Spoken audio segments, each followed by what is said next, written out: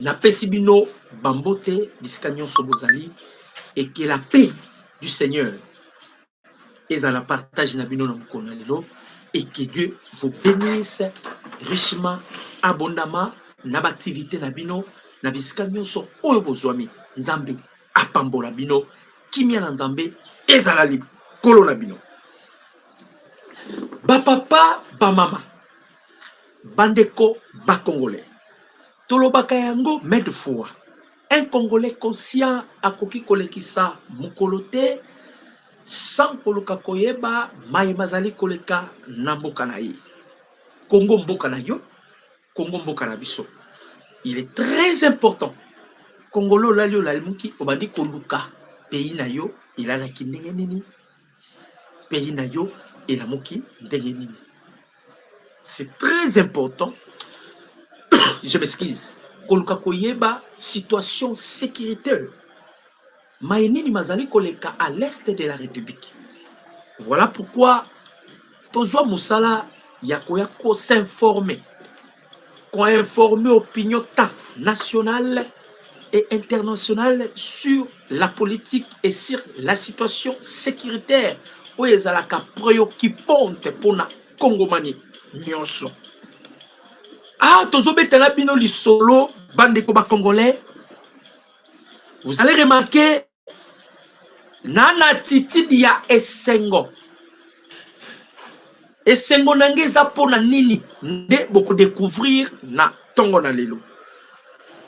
Bandeko, la fumée noire à Goma. Kigali en fait. Kagame visé, Kabila introuvable. Les M23 et Panzani, des options sur la table. Voilà, Mama Yali Kambutozo, Betana Bino ba Congolais. Boyebi ke ozala ka chaîne na bino, chaîne par laquelle vous serez sur Saka n'a pas information ça sûr pe oza fiable. Alors, tozala ka pe na coutume tozala kanango quand vous entrez pour la kolanda biso na émission, en tout cas kobo sanate on se bat avec ba RFI, ba France 24, ba chaîne ya ba Rwanda. Et Paul Kagame a disposé ba mbongo pour na ko étouffer ba chaîne ebele. Lokola biso tozo bunda pour na ko défendre mayo, pour na ko défendre notre patrie. Tozo sala yango na mutema moko. Bino bosunga biso na ba j'aime. Bosunga biso na ba j'aime na bino. Bo multiplier ba j'aime. Naba opena no basabonete. Posanga kaba information te, veuillez vous abonner massivement. Ici, vous ne manquerez pas des informations. Mais bino batoba j'aime bon multiplier kaba j'aime pour que notre direct ezala sécurisé. Peuple congolais tobandi na lombangu. Naba commenteur na bino okomeli ngai place ozolanda ngai. Soko zolanda ngai na Beni. Soko zola nanga na Mbujimai nenge papa Boshaba zola nanga na Mbujimai. Soko zola nanga pe en Belgique nenge papa nangai Mbuya Paul to Vero Mawela. Okomeli ngai bisika nyoso bozola ndo komika ka place ozolanda. Bande ko ba congolais to bandi sikoyo na lombangu nos actualités politiques. Na ebite eze belé na ko bande sika nini. To bandi nano. Vous savez quand le président Tshisekedi avait accédé à la magistrature suprême, de son premier quinquennat, Bandekoba congolais, Kagame qui se croyait plus puissant, Kagame qui se croyait au-dessus de tout, Kagame qui se croyait, il est éternel, il peut faire du Congo ce qu'il veut. Bobo Sanate, l'élu est les 7. Bazo commémorer, na Rwanda, Bazo commémorer Kubuika bazo commémorer Kubuika moment na bango ya génocide bazo commémorer yango lelo donc ba Hutu ba Twa na ba Tutsi bazo commémorer yango lelo Kagame uti koloba mangambo moko ya boulon dire bato kozana na sima ba biloko ne mais les gens donc président Tshisekedi a dévoilé la nudité ya Paul Kagame. La nature cachée de Kagame. Kagame a la nature. Mais il s'est caché na identité, il s'est caché na génocide que lui-même a orchestré avec la France.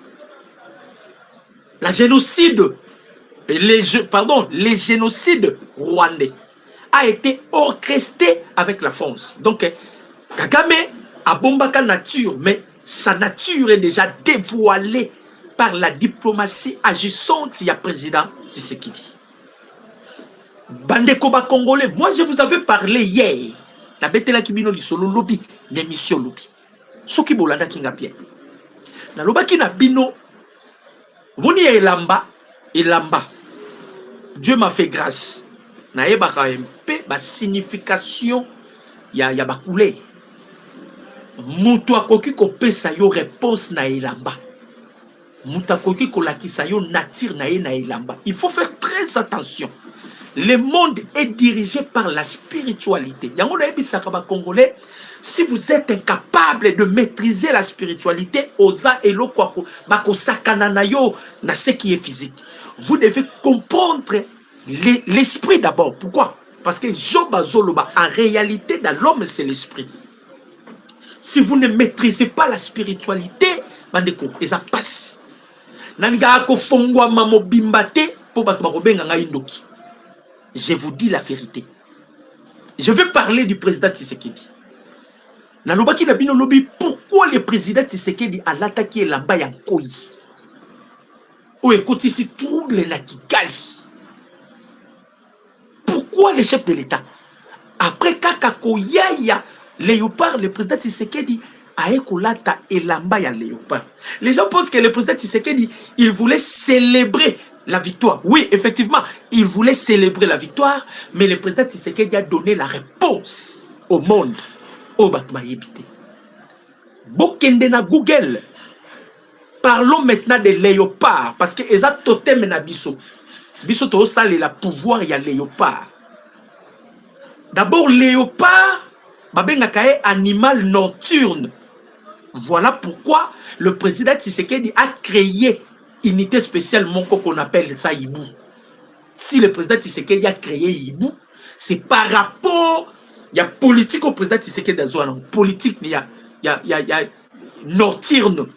On appelle le léopard animal nocturne. C'est-à-dire, pendant les jours, léopard a mon anakate.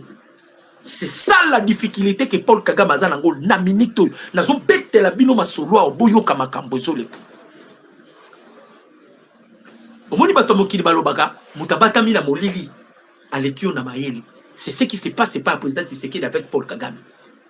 En soi, Kagame pensait que c'est lui qui contrôlait Tshisekedi. Mais les choses tournent en vinaigre.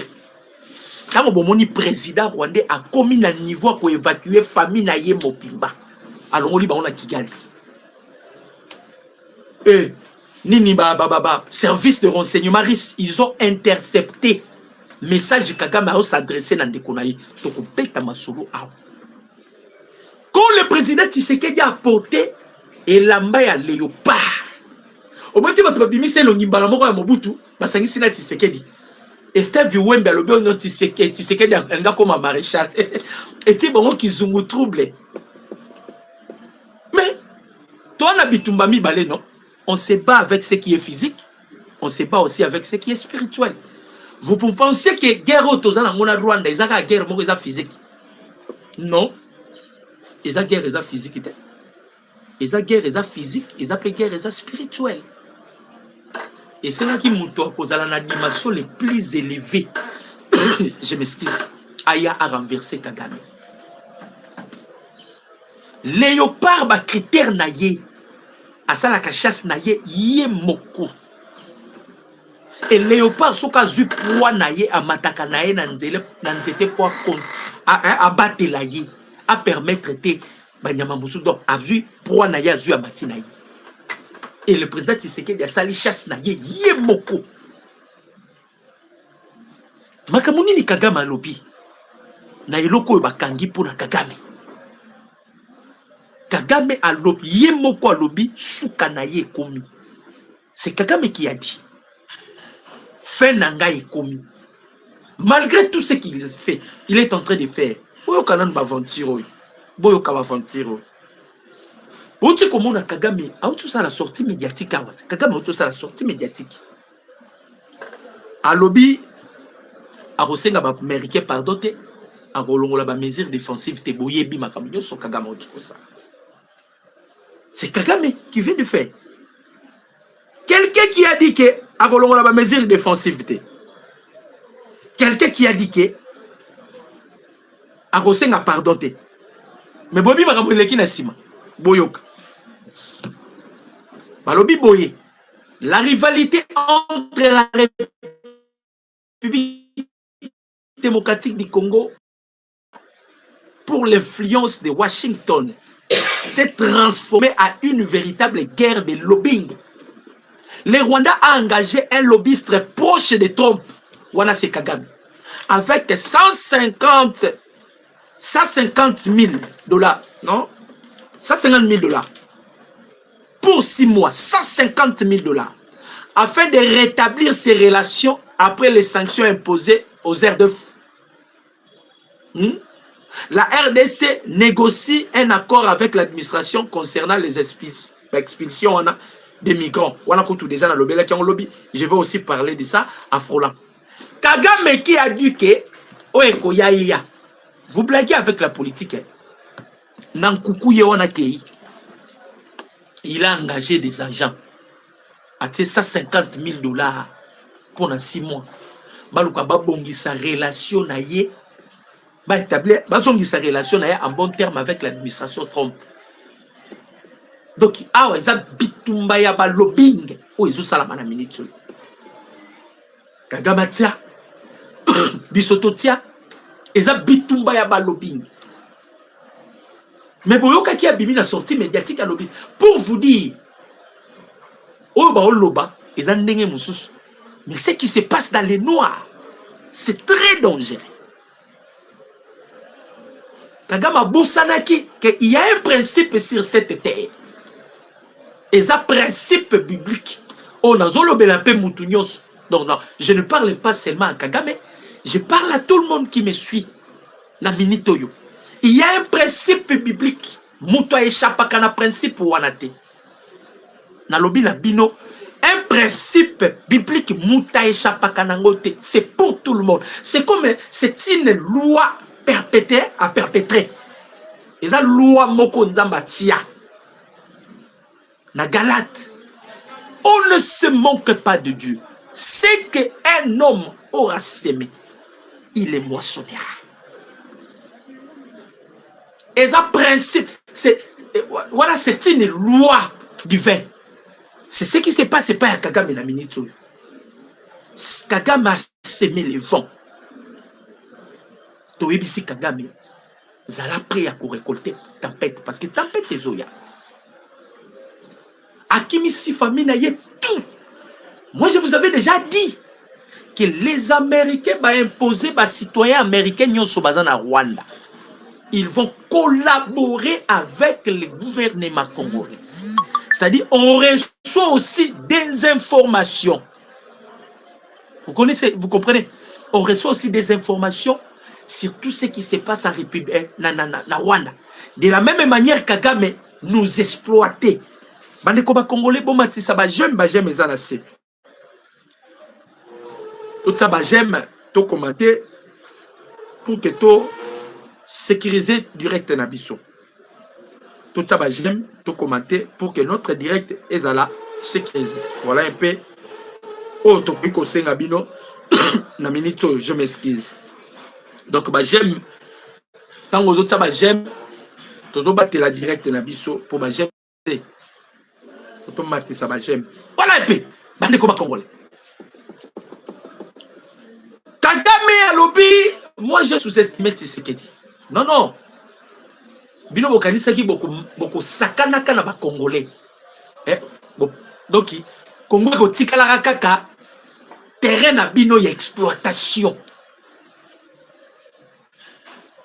Ba Américain ba uti ko bimisa révélation.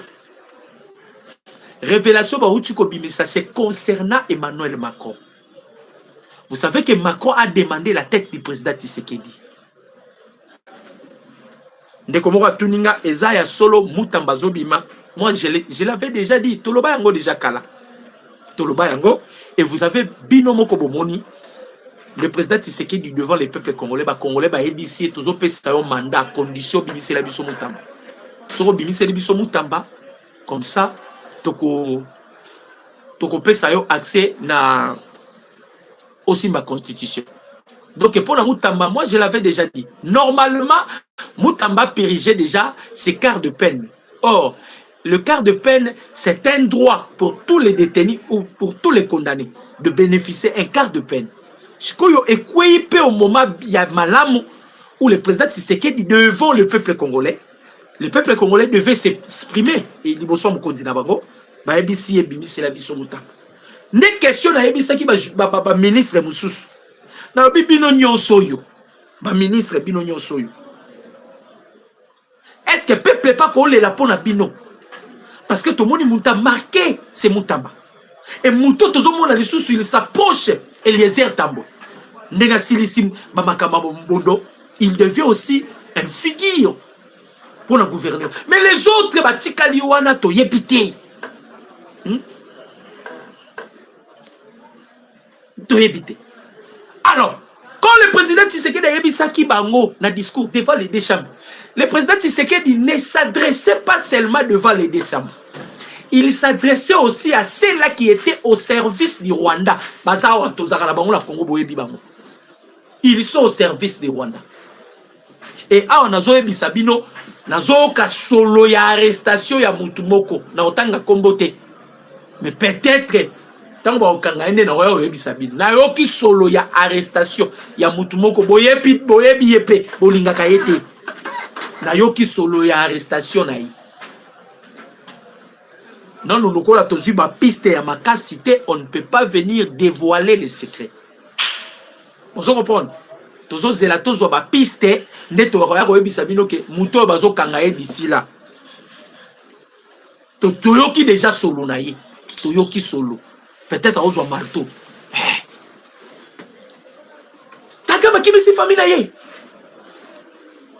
Kagame n'a plus confiance à Kigali. Kagame n'a plus confiance à son armée.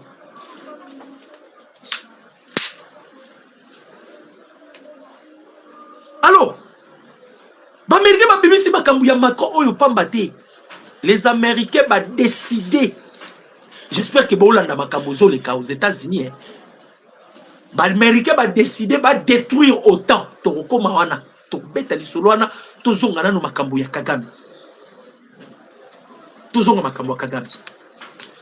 Pour l'obina Goma ezalaki opesi mbwa boyi.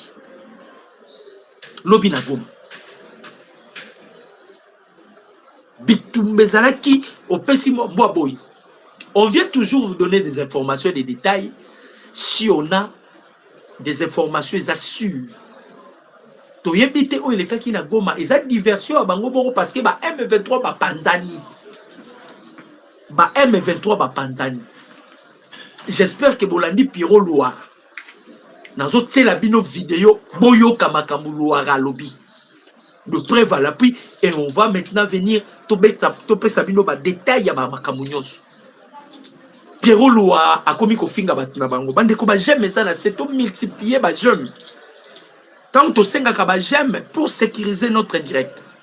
Moni a tout le temps toujours senga j'aime, ça devient encore sous forme de dérangement. Mais quand vous entrez seulement bozo landabiso, to senga ka ba j'aime pour to sécuriser direct nabiso. Deva Banguna, to sécuriser direct nabiso. On est déjà dans les 443 personnes en ligne. Donc si to komi pe na ba j'aime ya ba 400 wana na mutunyo so bosana ki kende ko aimer, commenter, partager. Na so tela bino vidéo ya Piro Loire. Na tela bino vidéo ya Piro Loire. Donc awa penza na senga ka bino bobo sana kate. Soko koti banda ko tela biso ba j'aime. Pour ceux qui bout ça ba j'aime était ba ko contre biso batwana, ba ko contre biso et puis ba BBC direct na biso pour toi na ma solo ya bien ya kobeta. Ba Rwandais baza déjà aux alentours. Tout autour na biso. Bazali tout autour na biso donc photo luka ndenge to ko sécuriser direct na biso. En voici la vidéo de Piro Loire poto beta masolo mususu po masolo eze belé to beta masolo boyoka binomoko makambu Louara lobi, ce n'est pas moi, c'est Pierrot Louara boyoka babe banit.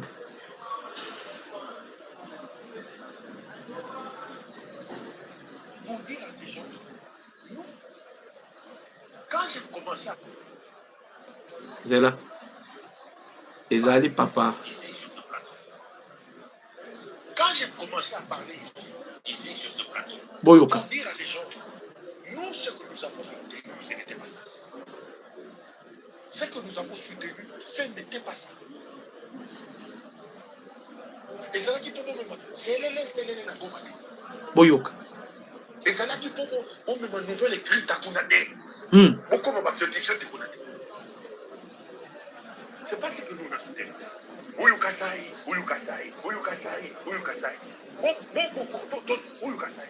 Aujourd'hui, même ceux qui m'ont critiqué, j'ai regardé sur les réseaux sociaux, même ceux qui m'ont critiqué, ah, Pérou, le bagage n'a pas privé,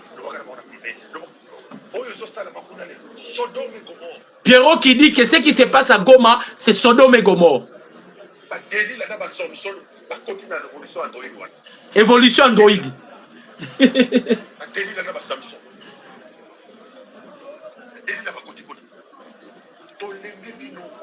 Tous les crédits qu'on vous a donnés, vous êtes en train de les dilapider.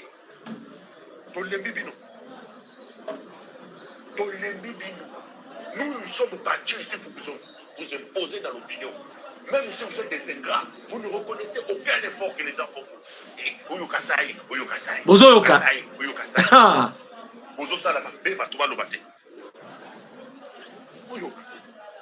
Sodome et Gomorre. Au côté de la délit là-dedans.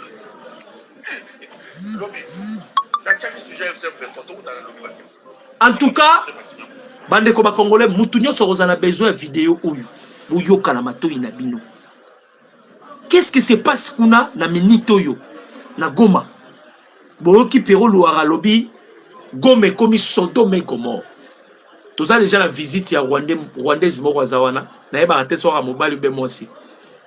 Alors bo sunganga bo multiplier ba j'aime bo matsa ba commenteur bo kenga zo finga docteur yo to zoyo boye bo kenga zo. Donc moi je m'intéresse pas, moi je donne mes informations binonde bo sunganga bo multiplier ba j'aime pour te sécuriser direct na biso parce que nenga yazo ko mebele so bino bozana senaye et ko baby sani na biso zolo ba bêtises ils insultent et tout consort donc bo sunganga. Alors bandeko ba Congolais bayebi baka wa pamba te bayebi chaîne wapi et pesa ba information bayebi biso to na biso pona yete to occupé yete on donne les informations. Pierrot Louara leli lobby ce qui se passe na Goma et ça Sodome et Gomorre. Sodome et Gomorre pona nini M23 katani ya ko katana na kati et loko nini kaboli M23. Pourquoi bakabwani? Nema solo to betana bino sikoyo. Boyeba pourquoi les M23 bakabwani? To ebisaki bango eloko nyonso ya kanibandeli peza kana suka. Guerre interne au sein du M23. Na kati na bango eza penam kita ko opesimbwa mwaboyi. Akoti sekede abimi de yani lamba nkoi. Boko yoka boko yeba ki nkoi. Alati lamba nkoi pamba te. Apesi réponse. Yango moni ba Macron ba simbi mutu.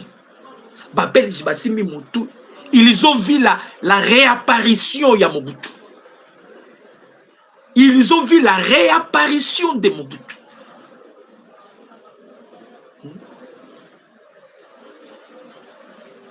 Et vous connaissez bien le pouvoir de Mobutu. À dire, par rapport, il y a totem à utiliser qui léopard. C'est le même totem que nous utilisons. Voilà pourquoi Idriss Déby, oh, Miss Zaki déjà Kofonga, a Benga Tshisekedi d'Ivoire, na Tanzanie, et non, na Tchad, a Benga Kaye roi, C'est lui qui, à mon avis déjà, Makamboua, ils avaient vu déjà l'incarnation de Maréchal. Et tu bango troublé. Et tu là communicateur na bango troublé. Bazo bomba bêtise et zakati na bango parce que awa tokola muka un de ces 4 matins. Et ça l'une des raisons bon Kagame a kimisi famille na yi.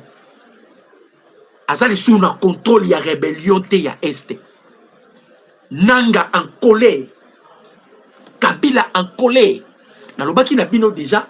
Kabila koya na ena Goma a sala 3 heures du temps pour yamba sultani Makenga. Mais tango yaki na Goma muto liboso Kabila ayambaki c'était Nanga. Vous savez pourquoi Kabila ayambaki Nanga? Parce que la mission par laquelle Nanga tikeli vit à bourgeoisie pour aller dans la brousse, cette mission, c'est pour Joseph Kabila. Kabila s'est caché derrière les études pour ne pas être identifié. Il s'est caché derrière les études. Mais en soi, c'est Kabila. Et Batoubayebaki mission wana, Bamoupe Bayebaki, Olive Lembayebaki. L'une des raisons, au bonnet comme on a Olive, Azolobake, Mobali Nangazo travailler dans silence. Tovanda, un de ces 4 matins, Tomonika PPRD. Basali réunion, Otozo préparer retour à Kabila. Oh! Tout ni bateau. Retour à Kabila, bon préparer retour à Kabila ndengeni. Bayebaki déjà Oyo. Mais calcul y a guerre et comme une dimension mon souci. C'est que Kabila ignorait parce que Kabila pensait Mbongo koyiko fongo la porte ignoso. Kabila pensait qu'il pouvait tout obtenir pour la Mbongo parce que Kabila a l'argent. Il faut qu'on se dise la vérité. Et l'argent est un pouvoir. Mutoana Mbongo a dominaka na makambo belé. Mais ça d'ici comme sous Mbongo ya Kabila ils ont pénétré. C'est ça maintenant où est bouleversé makambo. Guerre le Kanini, selon un communicateur du M23, lui-même, la vérité commence à sortir. Il affirme clairement que ce sont les Tutsis du M23 qui ont éliminé Magloire Paluku à l'aide d'une arme silencieuse. Yoka Makabobani Kobi. Donc, ils ont Tutsi M23, n'a M23 congolais. Mais ce qu'on a bimisi révélation, ils ont M23 congolais. Azo bimisa révélation sur quoi pour la M23 Tutsi. Pour on va répartir bango. Donc ti ba osala musala wana Kagame a un agenda na ya préparé qui déjà. Ce qu'on a bimisi balobi boye Magloire Paluku babomaki ezaba M23 Tutsi. Pire encore, ce sont eux qui ont diffusé la vidéo compromettante de Fanny. Bobi vidéo ba betali sur la famille. Moi je ne peux pas parler de bêtises là. Jamais. Ça, c'est ma nature à moi. En tout cas, je ne peux pas natter les mains. Je parle d'une certaine famille. Non. Ça, les agnésérés. Mais au moins, Boyoka Kili Solo, il y a vidéo compromettante. Bango de Babimisi yango. Donc, eux-mêmes reconnaissent que la vidéo est authentique. Yango Sali Pierrot Louara, Abetali Solo, il y a Sodome et Gomorrhe. A Fingi Bango, les révolutionnaires, il y a Android. Vous êtes des révolutionnaires, il y a Android. On s'attendait pour. Vous savez qu'on s'attendait à la bino de l'oko salité. Banzima kite koi kokoma poi.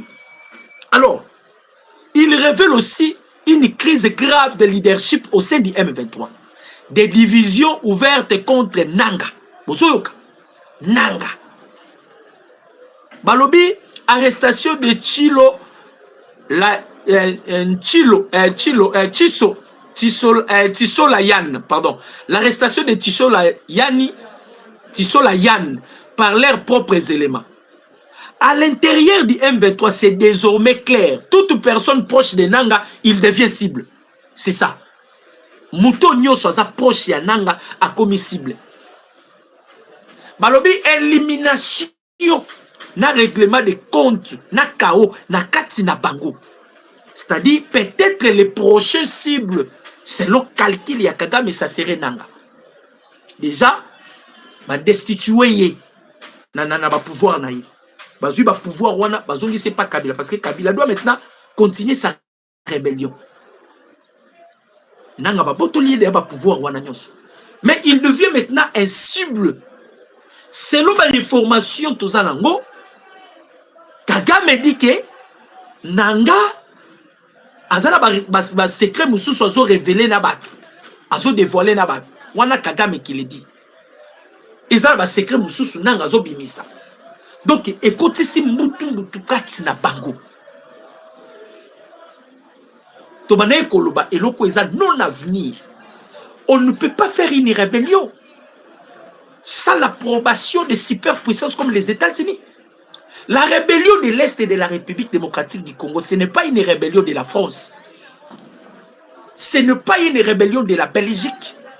Cette rébellion a été orchestrée par les États-Unis. Voilà pourquoi je l'ai toujours dit que cette guerre, c'est une guerre par procuration.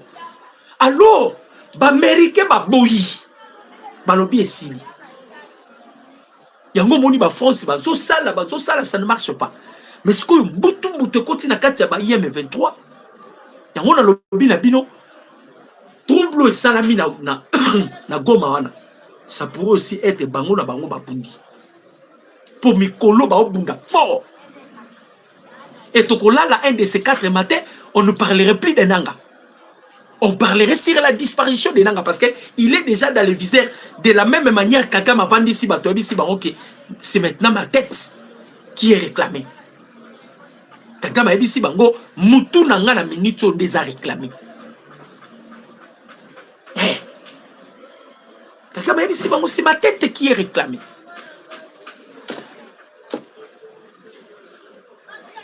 Et bango bakani saki, bandeko ba Congolais. Nyoso kozala na facilité. Ndenge Kagame akanisa kiti. Nyoso kozala na facilité.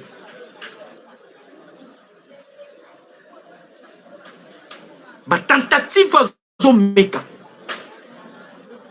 Ça ne marche pas. Ameka oye simbite, ameka oye simbite. Lobby.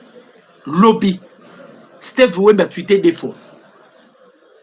Naba tweet na ye, tweet moko tweeté qui a liboso sur les ADFO bakina ko se rendre. J'espère que Bagangela qui a changé tweet. A ko changer maloba. Na on la sabino ba tweet ango. Tweet a liboso yangoyo. Steve Wembi. Tweet ya liboso yangoyo. Ah, on a tweet azolo ba Sid qui vaut 13 éléments Turanero. Hein? Turanero, Retaba, Bakeko se rendre. Bakeko se rendre, ça dit, Bitumba, Tobandeko Bunda, to beti bango, bakokite, Bakeko se rendre. Mais tant Baeko Gangele, parce qu'ils sont au service à Rwanda, Aeko changer tweet à lobby, aucun membre de Turanero ne s'est rendu aux FRDC. Il s'agit d'une manipulation flagrante du régime de Kinshasa. Notre cause est légitime et nous restons unis. Aucune défection n'a été enregistrée dans nos rangs. Rassure un responsable de Turanero allié l'AFC. On a dit Bauti ko gangelayi. Bauti ko gangelayi. On a Bauti ko gangelayi. Donc il m'a dit que Congolais bateau déjà bazala aux États-Unis on va servir à Paul Kagame ba ebisi Kagame ke mabeza. Yoba makamuno ke ko loba hawa ba ozo loba décision molili alors sala angele siko lui il va demander na sala nini neka ezalaki na époque Kabila so ba kosie boy anzimi boy so ba kosie boy anzimi boy nde omoni ya tembongo et pas ya ba lobbyiste ceux qui ba koyi ko sala quelque chose. Mais les choses deviennent de plus en plus dures par rapport à Yanine. Il y a disposition kaka au Mukonzi Yamboka a joué vis-à-vis na Kagame, vis-à-vis na armée Nabiso, vis-à-vis na Est de la République. Et le président Tshisekedi a bombité à lobby ango devant le peuple congolais. Que tous ces entités on doit récupérer ça. Toujours récupérer hein. Bantité wana toujours récupérer yango bisiko moni bango bavandi ba osala boye toujours zo yango surtout eloko sali Paul Kagame pasi eloko sali Kagame pasi kopo ya ba immigrant oyo ezalaki boatu na ye pena ya masuwa sakanelaka na biso ba congolais ba américain balobi plus question. Vous allez comprendre que les États-Unis bakomi hein bakomi na hein? Ils ne veulent plus sentir Kagame. L'une des raisons, vous avez vu Kagame Akimi. Ce que ah Pierrot lui a raté les mêmes bandits qu'au finga bango. Et ce monsieur ici, pensez-vous qu'il va sortir vivant? Batu mususu basara na bango likopate. Batu mususu basara na bango likopate. Na lobaki na bino pona maimazali koleka na Rwanda. Ah on a oyebisa bino. Izana batu ba déjà na Kigali. Kagame to landingai obandi olukoye ba place batu wana baza oromona bango te. Ezana batu baza na Kigali. Bazolo ba Nyarwanda, bazolo ba anglais, mais ils ne sont pas des Rwandais. Ils ne sont pas des Kagame. Ils sont venus pour une mission. Comme Kagame voulait faire bras de fer, na bato ba créer un robot créé. Bato wana ba lobby, ba aussi la anai. Bato wana ba lobby ba aussi la anai.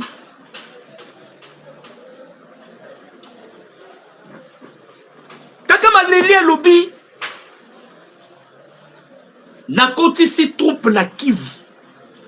Wana na correspondant to bazo sola na e l'interception ya message na kotisi troupe unité spéciale na Kivu. Mutata moko tabima.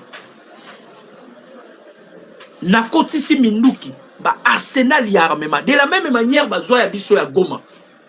Parce que na Goma tant ba kotaka tellement zaki copie ya Tumba Biamunda. Christian Chiwewe, on a perdu des armes sophistiquées. On a perdu des avions. Tu perdras qui pensa biloko na niveau vous ne pouvez pas imaginer. Bazwa tout na Goma. Bazwa nyonso. Ba biloko wana bazwa kikaka wana. Malgré ba balusati, baya na ngo vers biso. Même ba biloko na ka bazwa ki biloko na biso pe to récupérer on de Kagame azolela sikoyo. Moi, j'ai pensé que Kagame Azalaka, et l'autre, ça ne l'aurait pas cité. Moi, je pensais que Kagame Aza, je m'excuse, m'en fous. Eh, ok, Kagame n'est pas là. Hein? Kagame a la katsa kolela. Que fait Nanga est commis proche. Ce n'est que les kabylistes ici. Ce n'est que des Steve Wemby. Ce n'est que Baba Fabien. Oh, bazomona souka Kagame te. Na place balo basuka Kagame, il parle sur la fin du président Tshisekedi. Pourtant, le président Tshisekedi a bimeli bango déjà né lamba en colis. Kagame lui-même qui dit que souka nanga est commis pembeni. Tous les demandes à côté ici sont non recevables. Il envoie l'équipe Tanayo l'équipe. Et les Américains ne seraient plus seulement là pour te servir. Oh, bah, bouilli. Oh, que bah, Belge, bandeko ba Congolais. Tant que bah, bomi Mouzé Laurent Désiré Kabila, les Belges sont allés consulter bah, Museveni, Banin, ne bah, présenter Kabila. Ils avaient donné Kabila ses pouvoirs ici provisoires. Pour ces années qui Kabila a organisé l'élection, ici, il a fait ça en solo. Or, les Américains, en 2016, déjà, ils mettent les Belges en garde. Grâce à Bino, comme terrorisme et comme les champignons. Ceux qui ont une solution dans la République démocratique du Congo, quand les Américains vont récupérer la RDC, vous aurez la difficulté d'y accéder. Beaucoup ont la difficulté à Kokoto. Pourquoi? Parce que Batikaki RDC pour na bangonyos. Batikaki RDC, tout le monde voulait faire de la RDC tout ce qu'il veut. Tu sais qu'il y a lobby, plus question. Plus question. D'ailleurs, Moutouana déjà ça maîtrisable. Et le président Tshisekedi le dit avec assurance. Nenge Kagame a ebisa qui soit avec assurance, Tshisekedi a ça la blague. Tokola la paix tout la mouki boina levé. Et parce qu'il disait ça, il y a Miyuko Baza dans la présidence. Le petit frère de Kundabatouari, Miyuko. Avant même qu'il soit détecté, ne moment où on a Paul Kagame aloba ke lokwana. Tant ba eko kanga Miyuko. Boka Kagame aloba lisusu eko elokwana. Kagame a disposé pena mutu. Muta uti Kigali, yeti ya koti kuna, komo futela kuna. Ko lukaka ndenge ni ba ko tati Tshisekedi maboko. Mais Moutongo bo lukaka léopard. Il ne se fait pas voir pendant les jours. Yabatamaka azela aka buto abini. Pour ça la chasse na yemoko.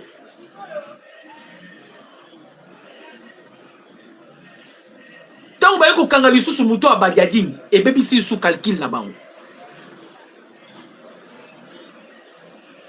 Et bebi si calcul na bango. Skoma